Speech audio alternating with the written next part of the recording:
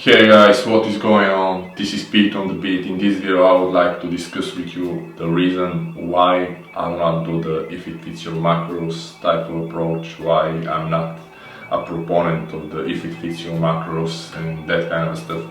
So without further ado, I would like to point out that there are plenty of people out there who are pretty happy with the results that they get using the if it fits your macros approach. There is nothing wrong with if it fits your macros as long as you achieve the desired results and that kind of stuff. I'm not against those people by any means, but in this video I would like to discuss with you why I do not use the if it fits your macros and why I do not believe like this is the way for me to enjoy life. So as you probably already know, the if it fits your macros approach is based around eating whatever it's available in your local area, like junk foods, processed McDonald's, sugars, or like high processed corn syrup, fructose, and all that stuff basically, as long as you maintain the caloric intake that you want to maintain. For example, if you want to hit the surplus of calories, it's okay to have all kinds of junk foods and that kind of stuff, as long as you hit like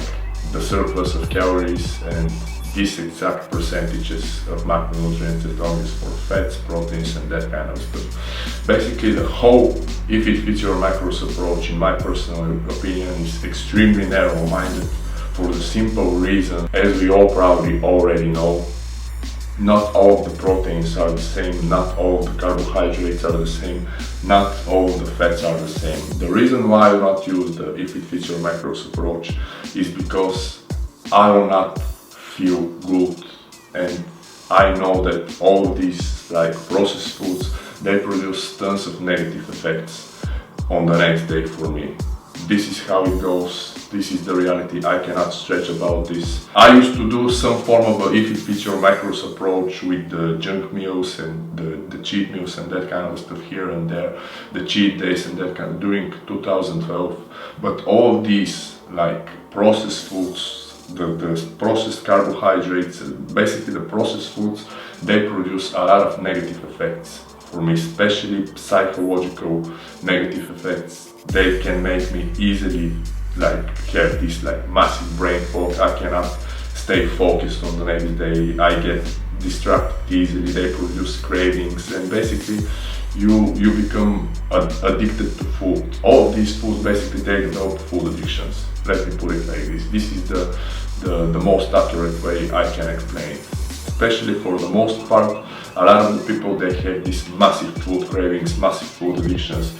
And for me, I like to stay creative during the day. I like to be able to do fun stuff, like I really like to make beats, for example, and that kind of stuff, or whatever, to improve myself and simply work on my personal development and that kind of stuff. If I do if it fits your macros approach, this will not be possible. For me, the main reason is extremely simple. I cannot stretch about this.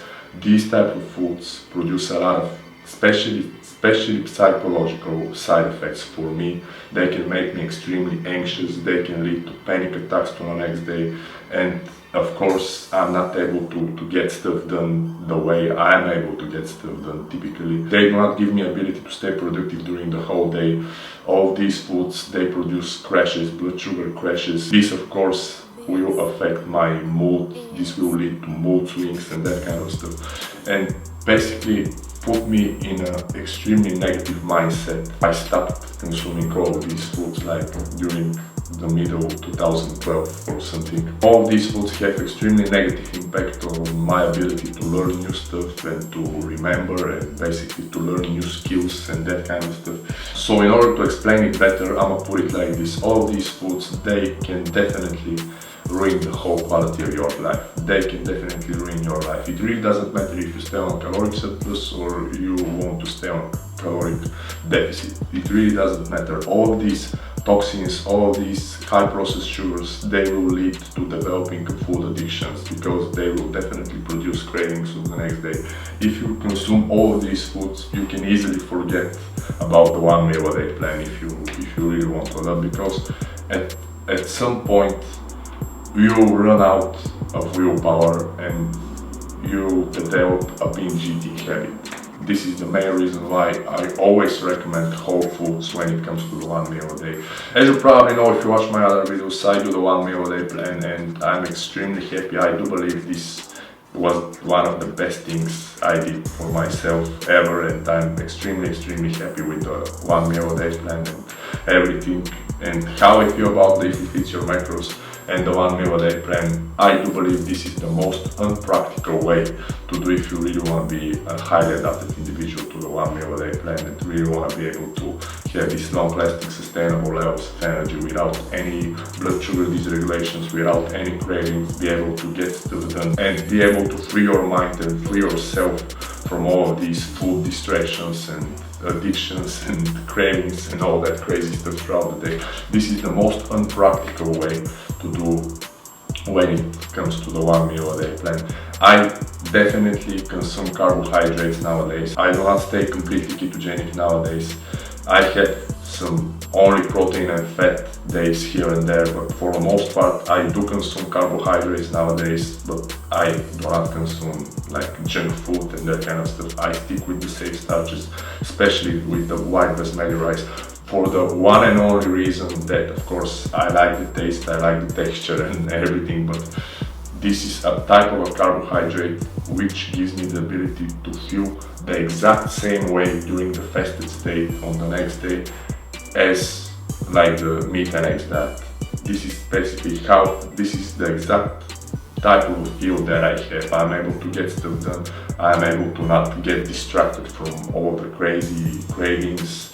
I do not need to use my willpower and spend all of my precious decisions throughout the day on pointless stuff, or like should I eat or should I eat later, should I eat this cookie now or should I eat that cookie now, and that kind of stuff.